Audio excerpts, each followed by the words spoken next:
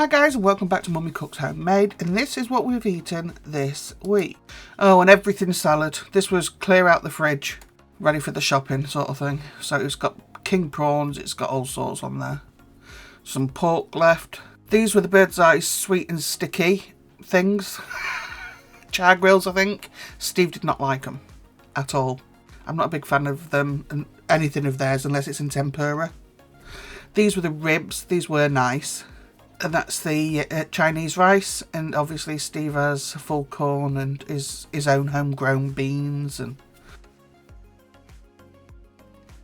yeah, Steve had barbecue ones.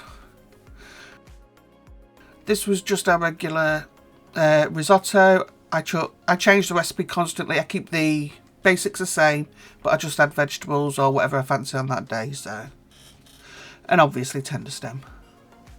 So this was a homemade pork burger. It was stuffed with mozzarella and cheddar, and then it had 3 cheeses on top of that and bacon. So this is Saturday, not Sunday.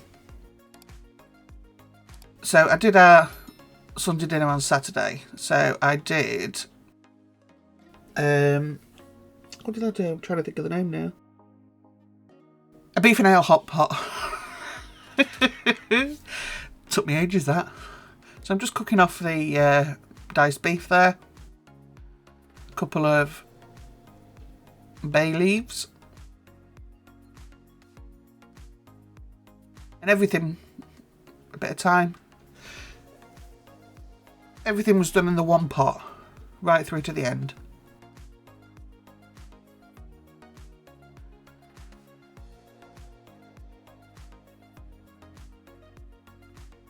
So I'm going to add in a teaspoon of mustard.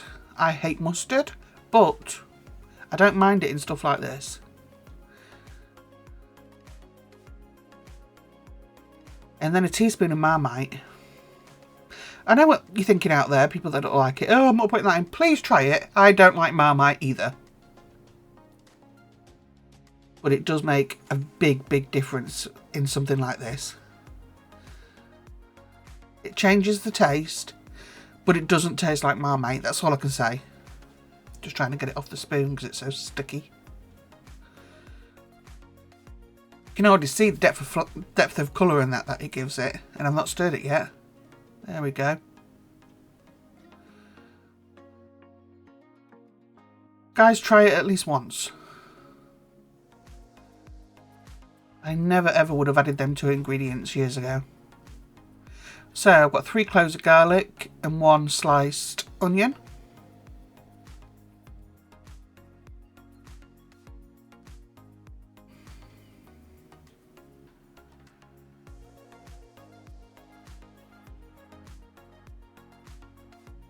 That is 2 heaped tablespoons of plain flour, all-purpose flour.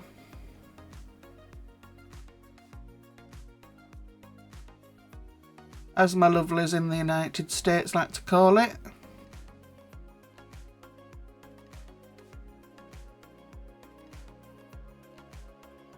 You're just going to cook that off for a couple of minutes.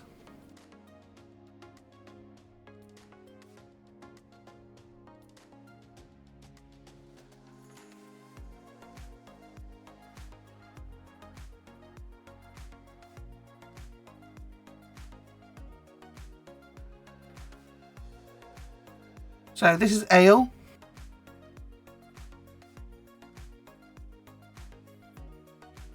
And I used about 200 mils. There. Start scraping off them good bits at the bottom of that pan. All that flavour. Sorry about the nose, guys. I do apologise. I've not got a cold, it's just maybe a bit of allergies today.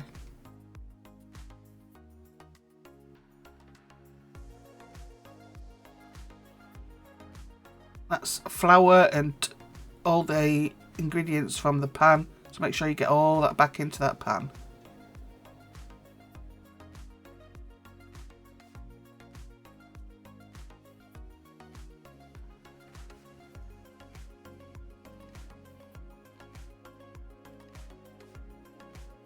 cook off the alcohol. 600 mils of beef stock.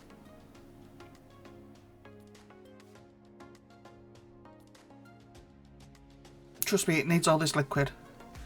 If you're not going to use the ale, then use 800 mils of beef stock. And I used 500 grams of the diced beef.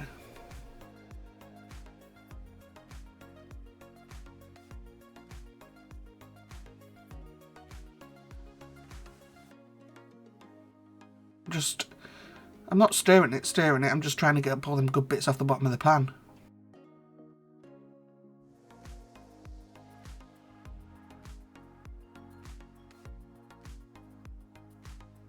My carrots, as many as you want to put in. Always remember as well that when you add your veggies in, they're going to release water. Mushrooms, they release water. I've got quite a lot of chopped cabbage there.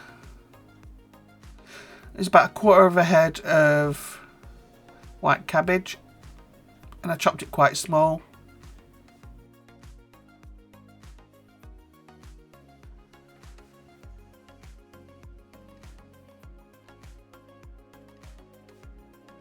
So all those things are going to release liquid as well. So we did it on Saturday, because on Sunday we had takeaway, which we'll show you in a minute, for our anniversary, which is today, Monday. It probably seems a bit weird, but our takeaway is not open on Mondays in our little town, so we decided to have it last night. Oh, I ate every single bit. Every single bit. It was beautiful. I only recorded Steve's actually because I'd legged it with mine before he got the chance to get the camera out. I had beef curry, special fried rice. And Steve had sweet and sour chicken Cantonese. When you see his. We usually always have the same thing. Steve tried something new last time and he didn't like it. At all.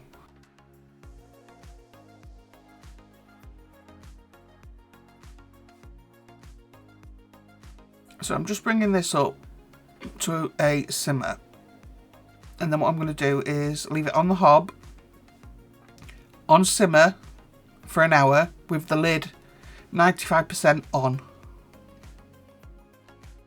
So I've just turned it to simmer.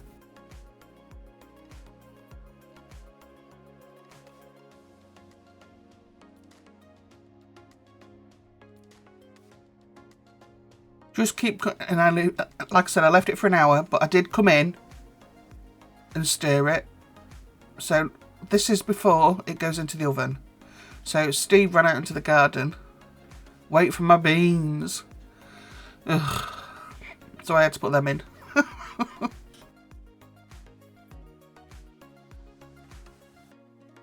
So these went in just before it went into the oven. And it's going into the oven not to tenderise the meat anymore or anything like that, but because I'm going to add the potatoes now to the top of it.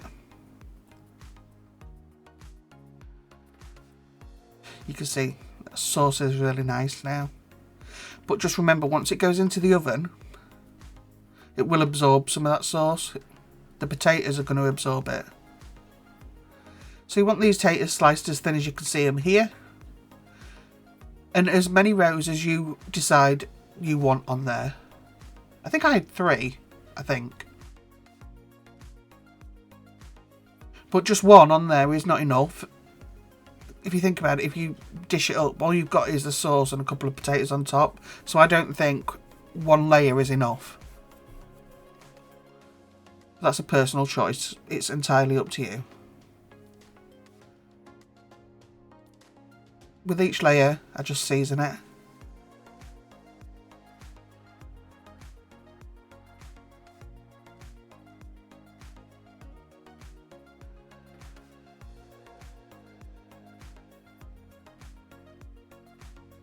Go around again. So when this goes into the oven, it goes in at gas 4 with the lid on. Give it 45 minutes with the lid on. Just then check that the potatoes are cooked. Once the potatoes are cooked, you can take the lid off and let it brown.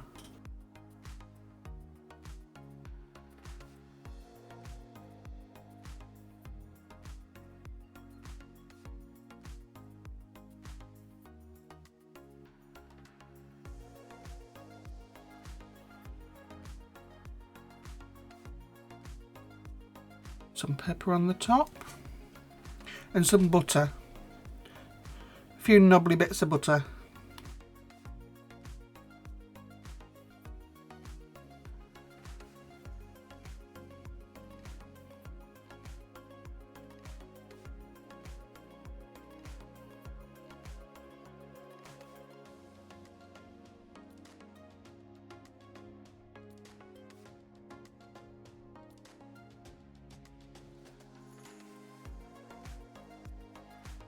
And that's that, and it'll go into the oven, like I said.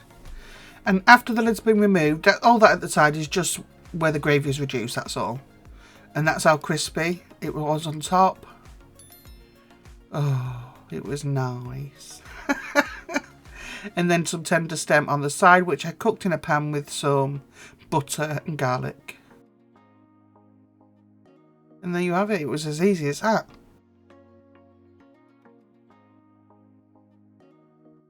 And that was the Chinese last night. And that's the Cantonese sweet and sour chicken. Special fried rice and chips.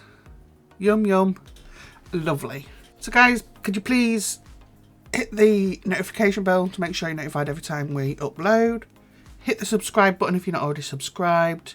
Chat to me down in the comments. And happy anniversary to my lovely husband. May we have many more. And thank you guys for watching. And I'll see you in the next one. Bye.